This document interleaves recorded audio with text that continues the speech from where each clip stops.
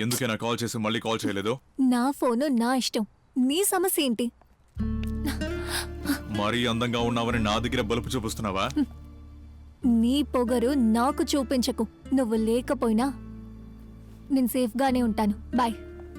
కానీ నువ్వు లేకుండా నేను లేనే. I hate you. I love you.